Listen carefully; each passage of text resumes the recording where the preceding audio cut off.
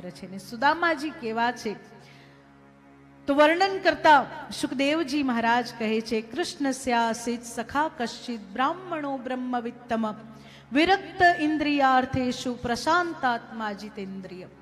સુદામાજીના ગુણ કયા છે કે ભગવાનના મિત્ર થવા માટે ગુણ પણ કેવા હોવા જોઈએ? તો એક તો સુદામાજી વિરક્ત છે, વૈરાગી છે, ઉપરામ વૃત્તિ રાખવા વાળા, બ્રહ્મ જ્ઞાની છે. સુદામાજી કોઈ એવા સામાન્ય બ્રાહ્મણ નથી કે જેમને કઈ સમજ નથી પડતી કે કઈ આવડતું નથી અને એટલે ભિક્ષા માંગીને રહે છે, એવું નહીં. પણ શાસ્ત્રમાં જે કહ્યું છે કે બ્રાહ્મણે 5 ઘરે ભિક્ષા માંગીને પોતાનું જીવન યાપન કરવું, એ પ્રમાણે સુદામાજી રહે છે. બાકી એવું નથી કે સુદામાજીને કર્મકાંડ નથી આવડતું કે મંત્રો નથી આવડતા કે કર્મ કરતા નથી આવડતું, એવું નથી. એક તો બ્રહ્મજ્ઞાની છે સુદામાજી, બીજું સુદામાજી વિરક્ત છે. આ વિષયોમાં કોઈ આસક્તિ નથી. સુદામાજીને કોઈ એવો લોભ નથી કે મારો મોટો મહેલ હોય, દાસ દાસીઓ હોય, એ બધા મારી સેવા કરતા હોય, મારી પત્ની સોળે શણગાર સજીને ફરતી હોય, મારા દીકરાઓ પોતાના શરીર પર હીરા માણેક મોતી લગાવીને ફરતા હોય. આવો કોઈ મોહ લોભ સુદામાજીને નથી. શાંત ચિત્ત.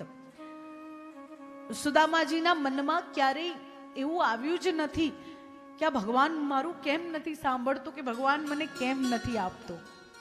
ભગવાન પ્રત્યેના જો કે થોડા જિદ્દી ભક્ત છે સુદામાજી, જીતેન્દ્રિય છે. પોતાની ઇન્દ્રિયો પર જમવાનું ના મળે કોઈ દુઃખ નથી, પાણી ના મળે દુઃખ નથી, સુવા ના મળે દુઃખ નથી, ઠોકર ખાઈને પડી ગયા, શરીરે વાગી ગયું તો ક્યારે એવું નથી વિચાર્યું કે કોકે કાંઈક કહ્યું હશે, પણ વિચારે કે હશે, મને દેખાયું નહીં હશે, એમાં પડી ગયો હોય. શાંત ચિત્ત, જીતેન્દ્રિય એવા સુદામાજી છે.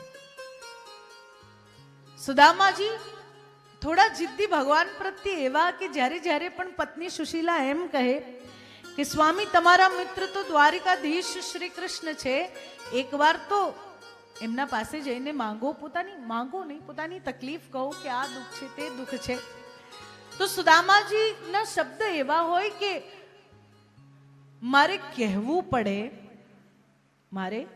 પડે તો પછી એ ભગવાન શાનો, મારે કહેવું પડે તો એ મારો મિત્ર શાનો. સુદામાજી જિદ્દી છે, હું માંગુ નહીં. અને ભગવાન કહે તું માંગ તો હું આપું. ભગવાન શું કહે છે? તું માંગે તો હું આપું. જ્યારે સુદામાજી કહે છે કે હું માંગુ નહીં. એક દિવસ પત્ની સુશીલા જરા અલગ રીતે સુદામાજીને કહે છે, કહે સ્વામી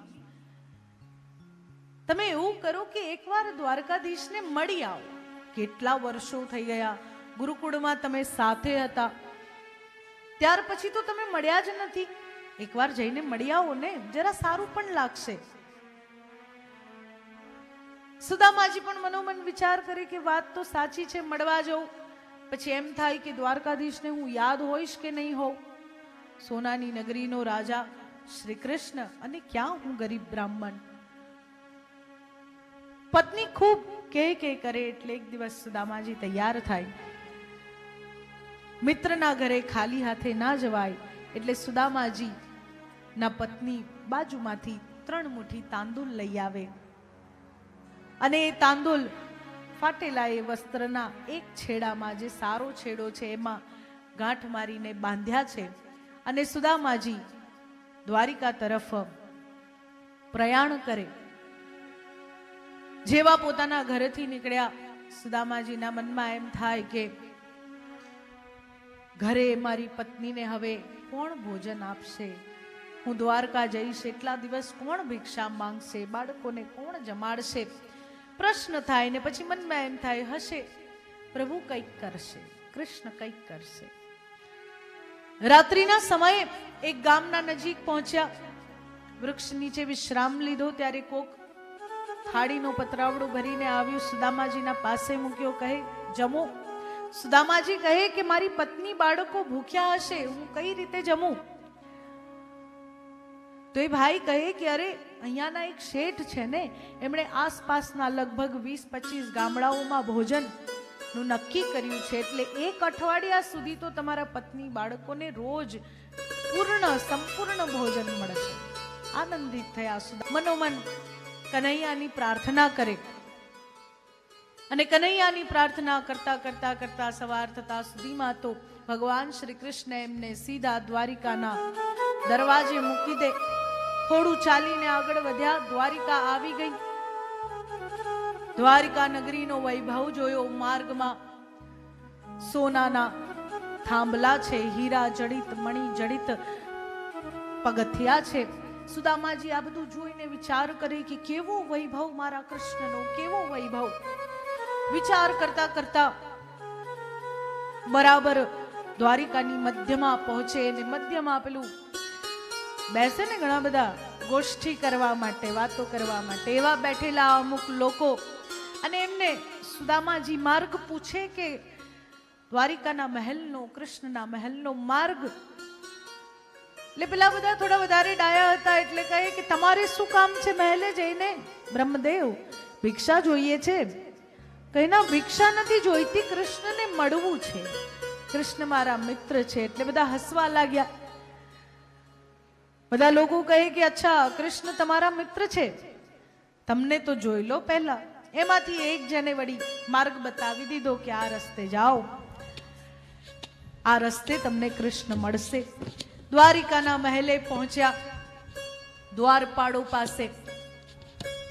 અને જેવા દ્વારપાળો પાસે પહોંચ્યા, દ્વારપાળોને જઈને વિનંતી કરે, ભગવાન શ્રી કૃષ્ણને મળવું છે, દ્વારિકાધીશને મળવું છે.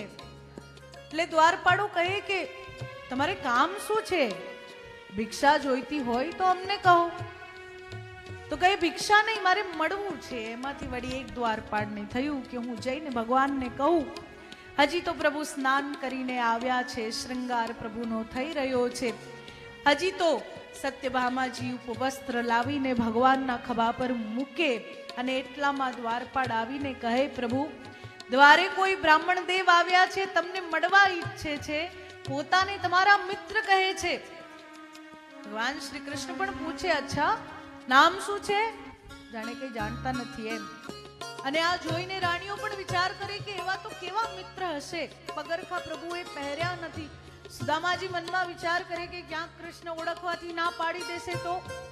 અને દોટ મૂકીને ભગવાન દોડે ને સુદામાજી ધીમે ધીમે ચાલતા બરાબર એ સ્થાને જ્યાં દ્વારિકાની મધ્યમાં બધા ભેગા થઈને સુદામાજી પર હસી રહ્યા હતા કે દ્વારિકાધીશ ને તમારા મિત્ર એ સ્થાને પ્રભુ સુદામા કરતા પહોંચ્યા છે ને દોડીને પોતાના હૃદયથી લગાડી લીધા સુદામાને.